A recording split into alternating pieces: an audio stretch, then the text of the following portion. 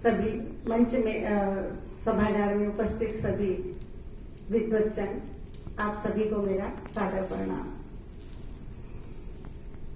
अब इन्होंने परिचय मेरा ऐसा दिया, हालांकि मैं बेसिकली बताऊं तो एक तो ऐसे हमारे श्रद्धेय पंडित दीनदयाल जी उपाध्याय के कार्यक्रम में जब उन्होंने आमंत्रण दिया तो मैं मना नहीं कर पाई आने के लिए, बट बेसिकली मैं हमारे जो मेरे मंच पे समकक्ष हैं उन्हीं को सुनने के लिए आई थी।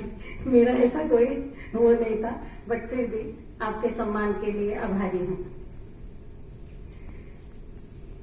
आज इस मंच पे खड़े हुए मुझे बहुत गर्व का अनुभव हो रहा है, कारण कि मेरे समकक्ष ऐसी विभूतियां प्रोफेसर सुधीर जी जो कि भारतीय ज्ञान परंपरा को लेकर के चल रहे हैं, और वो भी ऐसे विश्वविद्यालय में आपने नाम सुना होगा JNU का, वहां पे इन्होंने भारतीय परंपरा का परचम लहराया है, वैदिक परंपरा का परचम लहराया है। एक बार इनके स्वागत में प्लीज।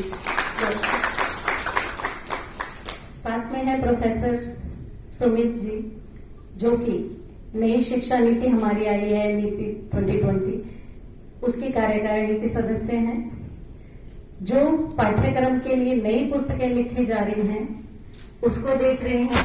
साथ में SCERT के संस्कृत विभाग को बहुत अच्छे से भाई ने संभाला हुआ है। हमारे साथ हैं डॉक्टर अमन चौहान जी जो कि दिल्ली शिक्षा निदेशालय के प्रिंसिपल हैं, और इनके विषय में मैं क्या कहूं, क्योंकि ये आपने पीछे अभी समाचारों में आजकल नाम सुना होगा, शाहीन बाग काफी था समाचारों में, 1-2 साल पहले सभी ने हमने नाम सुना है, वहां पे कार्यरत हैं, और इनके साथ भी कार्य करने का अनुभव मेरे पास है। वहां पे इन्होंने स्टाफ को ऐसा बना दिया कि जहां पे मैं बोलना नहीं चाहूंगी, वैसे ये मंच उसके लिए नहीं था, बट फिर भी 80% मुस्लिम स्टाफ था। वहां पे कभी भी सरस्वती वंदना, जनगण मन कुछ नहीं होता था। इनके जाने के बाद 83 का स्टाफ है, और सभी के सभी होली भी खेलते हैं। आज वहां पे हमारा राष्ट्रगान भी गाया जाता है, और वंदे मातरम भी, और बसंत पंचमी के दिन मां सरस्वती की पूजा अर्चना भी की जाती है। तो मैं धन्य हूँ आप सबके साथ, मुझे आज मौका मिला है, सौभाग्य मिला है यहाँ बोलने का। पंडित दीनदयाल जी उपाध्याय के नाम से जो संस्था हमारा हिंदी विद्यापीठ है, ये केवल मात्र एक संस्था नहीं है। मैं जब इस संस्था से जुड़ी तो मेरे को तो नाम पे सबसे पहले ध्यान गया कि आप देखिए, सबसे पहले तो श्रद्धेय दीनदयाल उपाध्याय जी जो स्वयं में सरलता, सादगी, त्याग की मूर्त थे। उनकी विचारधारा एकात्मवाद की और अंत्योदय की विचारों की ऐसी गंगोत्री है जिसमें कि आज हमारा भारत राष्ट्र सब जगह सिंचित हो रहा है। उनके विचार ऐसे थे कि पंक्ति में अंतिम व्यक्ति को भी अवसर दें, उसको अगर हम विकसित करेंगे, उसकी प्रगति होगी तो ही ये राष्ट्र सही मायने में विकसित हो पाएगा।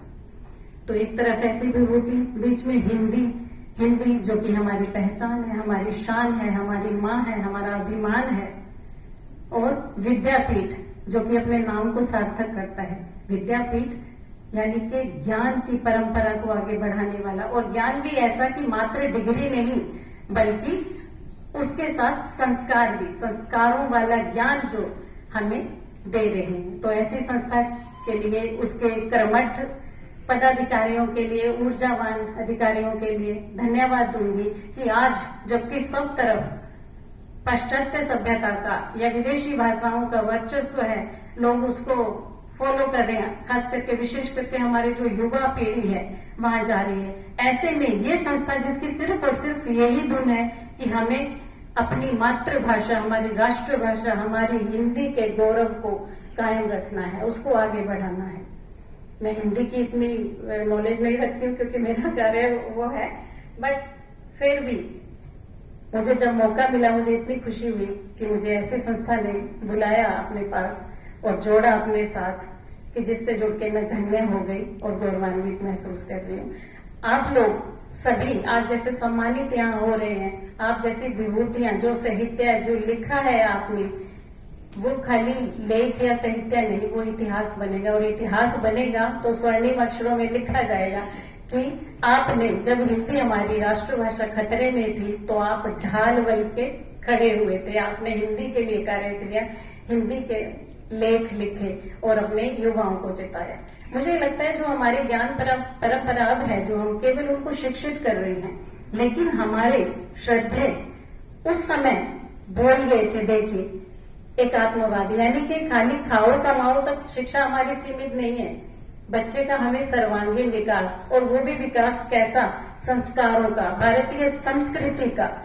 उन्होंने कहा कि कोई भी राष्ट्र ऐसे विकसित नहीं हो सकता जब तक कि वो अपनी भाषा से ना जुड़ा हुआ, वो अपनी संस्कृति से ना जुड़ा हुआ है। जैसे ही सम्माननीय सुमित जी ने अभी बताया आपको कि मैं सांस्कृतिक कार्यक्रम से जुड़ी हुई, दिल्ली गवर्नमेंट के जो भी होते हैं, तो वहां जाने का अवसर मुझे मिलता है। तो हम एक टीम में जाते हैं और एक दिन में जो ये सांस्कृतिक कार्यक्रम होते हैं, 3 या 4 वेन्यू जैसे रखे जाते हैं, तो सभी जगह जाने के लिए हमें आधा घंटा 40 मिनट इतना ही समय दे पाते हैं, ज्यादा नहीं दे पाते। तो संचालक महोदय, अगर समय तो मैं शेयर करना चाहूंगी। मेरा जाना हुआ, वहां चल रही थी वो मोनो एक्टिंग, और एक बार एक ड्रामा में भी मिल गई। आप यकीन नहीं करेंगे कि बच्चे, जो बच्चा एक्टिंग कर रहा है वो क्या दिखा रहा है, अब पता नहीं वो सार्कज़म की तरफ जा रहा था या क्या कर रहा था अपनी तरफ से, लेकिन मुझे बड़ा अजीब लगा और मैं कार्यक्रम के अंत तक रुकी सिर्फ उसको फीडबैक देने के लिए। बच्चा ये कह रहा है कि मैथ से मुझे डर लगता है। सोचिए, एजुकेशन में कि डर लगता है, वो बड़ा अंडा, मैडम हमें अंडा देती है, मैं फेल हो गया। फिर उसने यही इंग्लिश, फिर यही भूगोल के लिए कि भूगोल में धरती गोल है लेकिन मेरे को डर लगता। मतलब उसके कहने का काफी लंबा उस बच्चे ने बोला वो था कि उसको सारे विषय रुचिकर नहीं लगते।